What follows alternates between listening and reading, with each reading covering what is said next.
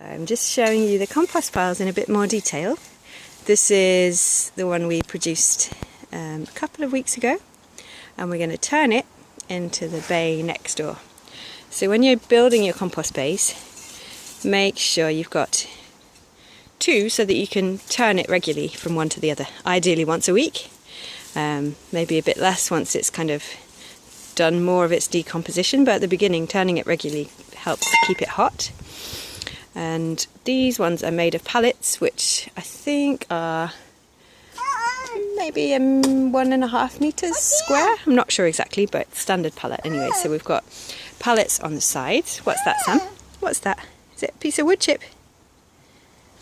We've got pallets on the side, and then we've lined the pallets with this. Okay, so this one you can see it a bit better.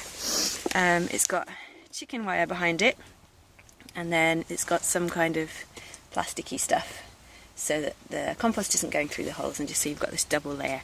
And that is to make it partially rat proof, but it has to be said it's not 100% rat proof.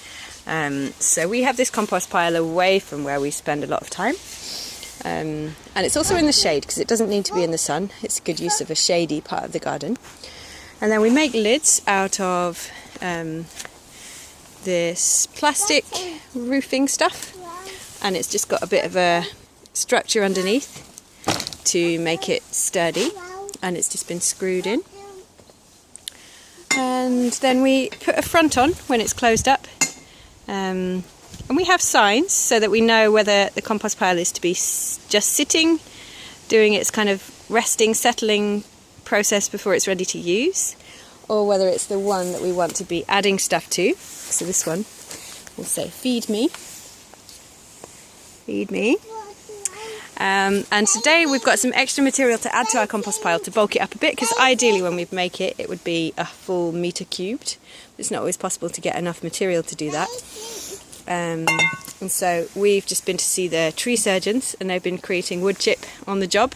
So we've got this sack full of wood chip that we're going to mix in bit by bit, kind of make a bit of a lasagna layering up process of the old compost, this new twiggy stuff, and the wood chip from the tree surgeons.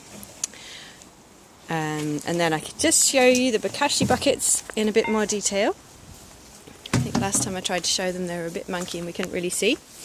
So this is a 20-litre bucket with a hole in the bottom bunged up, and then under the lid, if I can find the right one,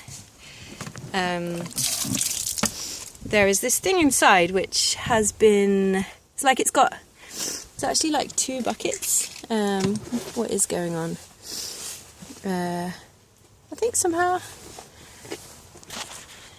sometimes you do it with a separate piece, but this maybe is a special bucket where it's got like 2 layers inside it. But if you didn't have that, you could just create a plastic thing and then lift it up with something that's going to keep it like an inch off the bottom, so that the liquid goes through, and then you can drain it out by taking the bung out and potentially use that liquid watered down, like diluted 1 to 50 I think it is, to feed plants.